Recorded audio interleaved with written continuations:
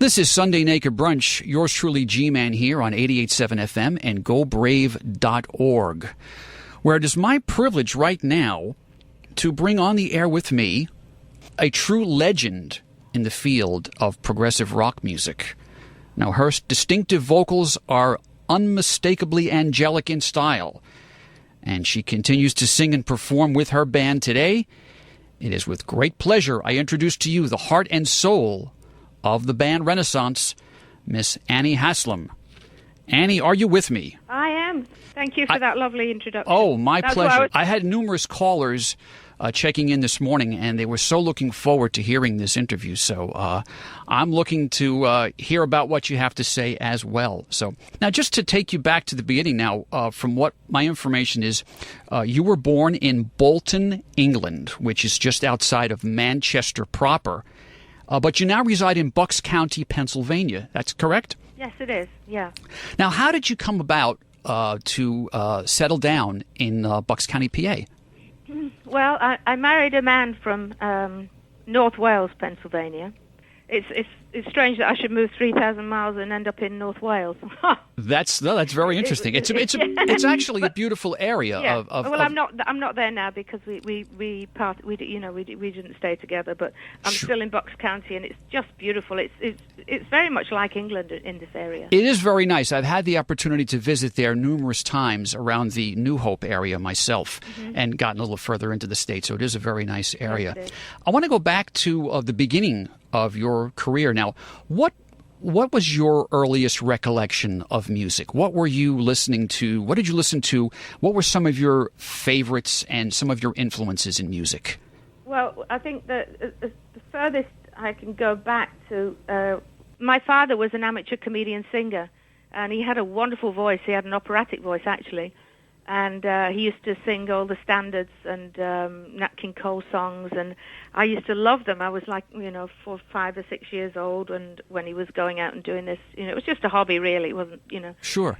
And then when I was at school, I was in the school choir and got thrown out for singing too loud. For singing too loudly? Too loud. Wow. Very robust I was. And when I was at art school, to be a dress designer.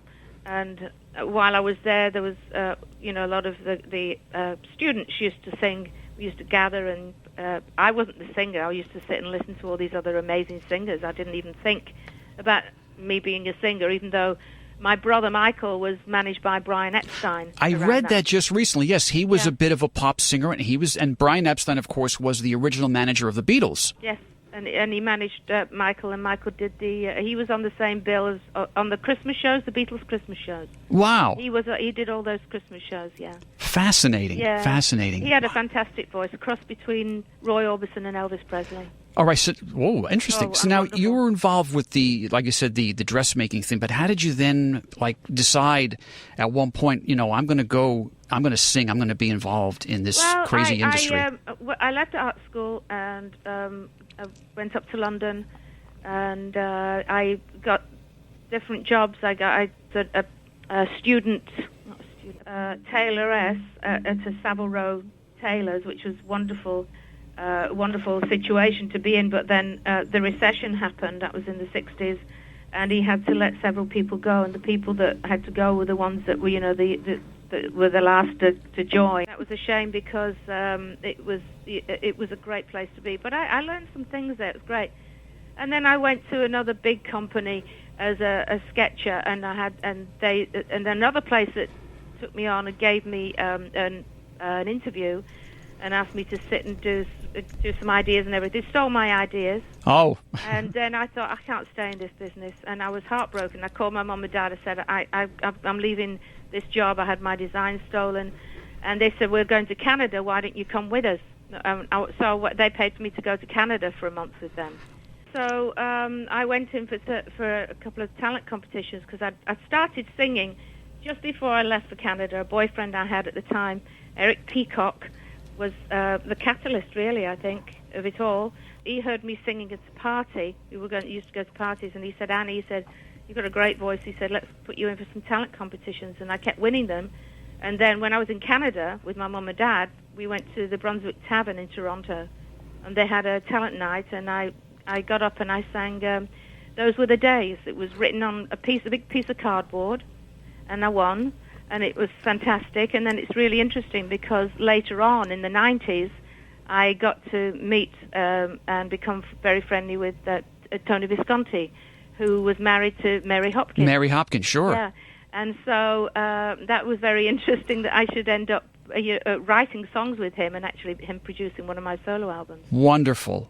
Yeah. Wow, great story. Now, before you joined Renaissance, were you associated with any other bands? Well, I did. I did a thing with two other guys, and we called ourselves Indian Silk.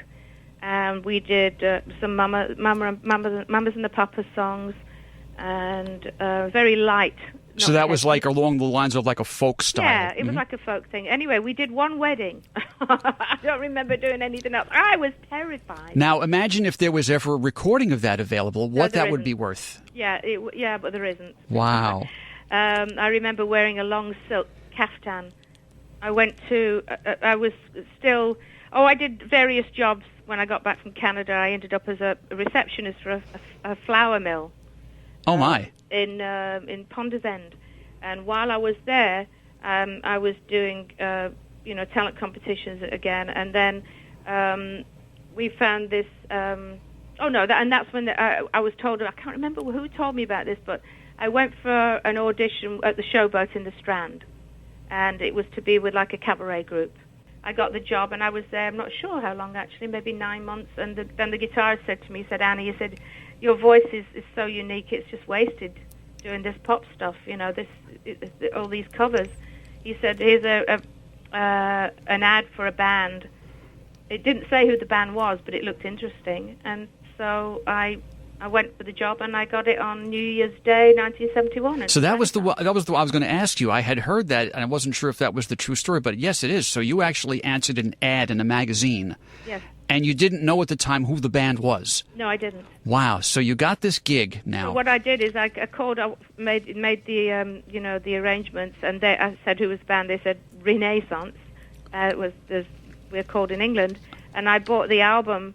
And I learned it back to front. So when I got there, they asked me to sing a song called Island. Yes. And I knew it so well, and it suited my voice, and it was in my key. And Jim McCarthy and Keith Ralph were at the audition because it was their band initially. Exactly. Yes, that's true. Wow. So now you're a member of the band. So now it's around 1972, I presume. And the first album where you are a member of the band is released, and that's Prologue. Yes. Right?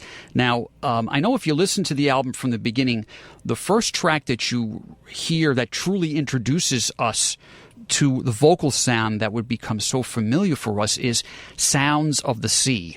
Oh. Now, that song, as with many of the songs, were composed by your bandmate Michael Dunford. Yes, right? And Betty Thatcher. And Betty Thatcher. Yeah. Tell me about, I'm just curious, like, how did sessions take place with the band? Like, for instance, did Michael come into the room and say, look, I've got this idea, I've got some lyrics. Do you guys sit down and hash it out as to what's going to work? Or how did that? Well, basically, Michael would write the song, the basic song. He would send it off to Betty, and she would come back with the words pretty quickly. And wow. She was very gifted, and as we all know. And then he'd present the song to the band with ideas for arrangements, and then we all worked on it, and that's how we did it. Now, that's a wonderful album, Prologue. It kind of like sets the stage for how the band is going to be going forward. Now, we go to 1973, and then you're releasing Ashes Are Burning. Yes. Now, that's one of my favorites all time from the band. I think at this point, the band has kind of fully established their identity and the direction that they're heading. Would you agree at that point? Yes, I would say so.